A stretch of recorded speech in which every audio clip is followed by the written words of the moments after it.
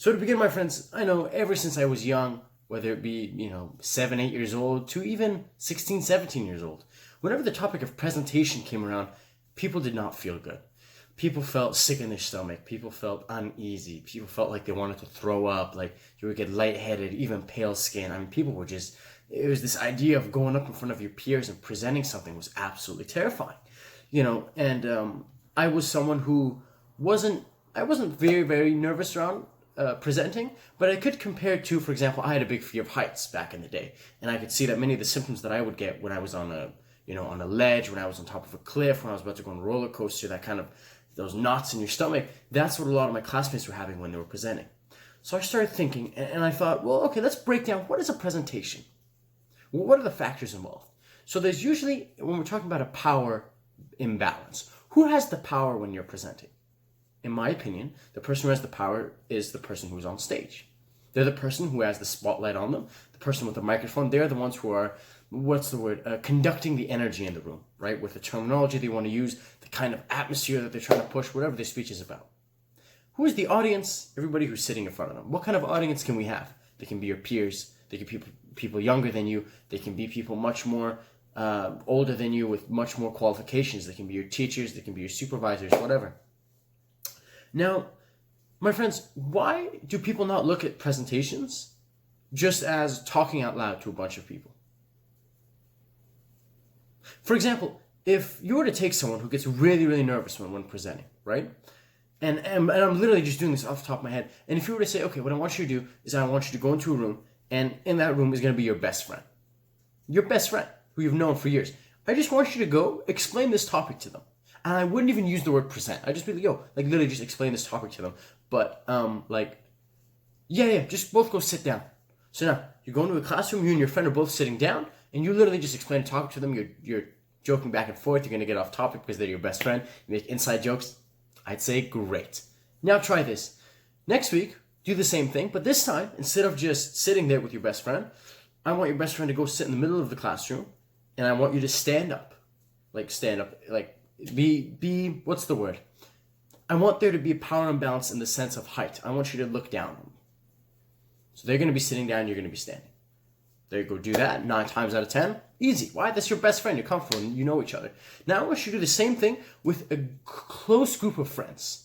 This could be 3 or 4 people that you and your best friend usually hang out with. Again, they're sitting down in their chairs. You're up there. I don't even say the word presenting. I would just say, hey, can you go explain this topic to them? Like, can you go explain, I don't know, how muscle reaction works? Can you go explain how, what are the benefits of a savings account? Whatever it may be.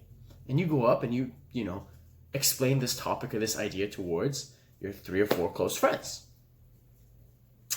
Now, my question is, at what point are the nervous levels going to increase dramatically? Because the next step after this would be, I want you to do the same thing, except instead of just being your close friends, I want it to be a bunch of acquaintances. People who you've seen in classes, people who've walked past you, so they're familiar faces, but you're on hello, how are you terms. You don't go in depth. They're strangers, basically. Let's say you have 10, 15 of them in the room. Is the biggest increase going to be from going from your best friend to just 3 or 4 close friends? Or is it going to be from your close friends to people who are more acquaintances? And I could see arguments from both sides. If you want to argue the first side, saying, Daniel, I think it'll be more stressful stage going from one best friend to a couple of close friends is because it is one-on-one. You only have one person to worry about. You only have one person to have eye contact with, and they're your best friend. Chances are you're extremely comfortable. They've seen you in your most embarrassing moments. There's nothing to worry about. Whereas now when you have 3 or 4 of your close friends, even though they're close, you're in that best friend category.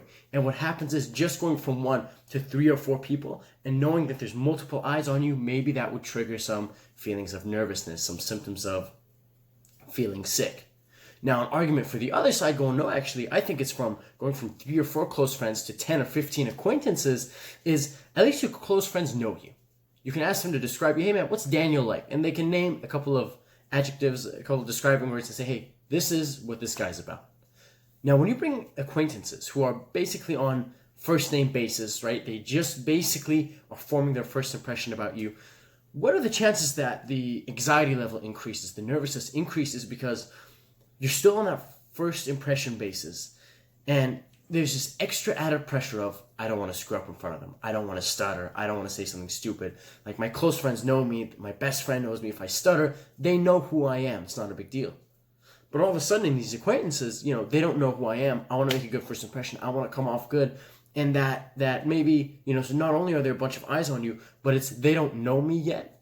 And this is my first impression. This is my, hi, how are you? I'm Daniel. When I'm up there speaking and presenting and explaining this topic. Furthermore, let's say there's someone in that acquaintance who you're attracted to, who you're possibly interested in going out with. So now emotions are extremely high because you really want to come off on the right foot and come off as attractive, and hopefully things go smoothly and they'll like you, because if you, God forbid you stutter on stage, it's over then. They're immediately not interested. So I think those are definitely pieces and bits that come into play. I think fearing other people's judgments is one of the cripplers in our society. I think we put so much emphasis on what other people think, what they're going to take away from it, that it hurts us a lot. The way people look at us. It could be even two people are talking to each other far away while you're explaining this topic, and they whisper to each other and one of them laughs.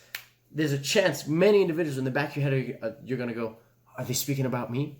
Did they just make a joke about me? What is it? Is it my teeth? Is it my shirt? Did I stutter? Did I say something? Right? And then when you start to think like that, that's when it starts to go downhill. And an individual by the name of John C. Maxwell said, at what point did we start to put more confidence in other people's opinions than in our own? Because if you think about it, when we dissect the word presenting, it's, hey, you're going to explain something to a group of people. What if we say, hey, you're just going to explain something to one person? What if you don't have to stand? What if you can just sit down and just be like face to face? Isn't that easier? But all of a sudden, for whatever reason, when you get someone and now they're standing on stage, and now you have the power imbalance, you have the faces looking up at you. It's not just your close friends, but it's a bunch of acquaintances. It's a bunch of strangers, people who you've never met. Now when you have to present, it can get scary, right? Again, fear of judgment, fear of messing up in front of people. The idea of first impressions, if you have someone you're attracted to in the crowd, in the audience, now that's huge because you want to come off as good, as attractive, as smooth and all that stuff. So I really do believe that, the big thing that does hurt people is when you're giving a presentation, but there are a bunch of strangers in the room.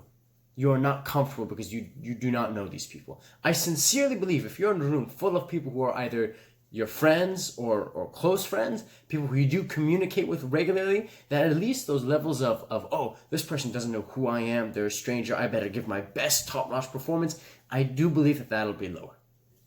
So what's an easy way to do that in class? Super easy. Just talk to people. Get to know them. Before you have any presentation, any big thing coming up, talk to them, get to know them. Hey, I'm Daniel. What's your name? Oh, what do you like doing for fun? As soon as you break that little bit of a barrier, it's like, oh, that isn't a stranger sitting there in the second row. That's my friend Tim. Tim, who likes to play hockey. Then you start breaking it down, right? And then you can get past this idea of, oh, first impressions, it has to be smooth, it has to be perfect. And then it can become a little bit easier on you when you're up there to try to drown out those negative thoughts and just do what you do best.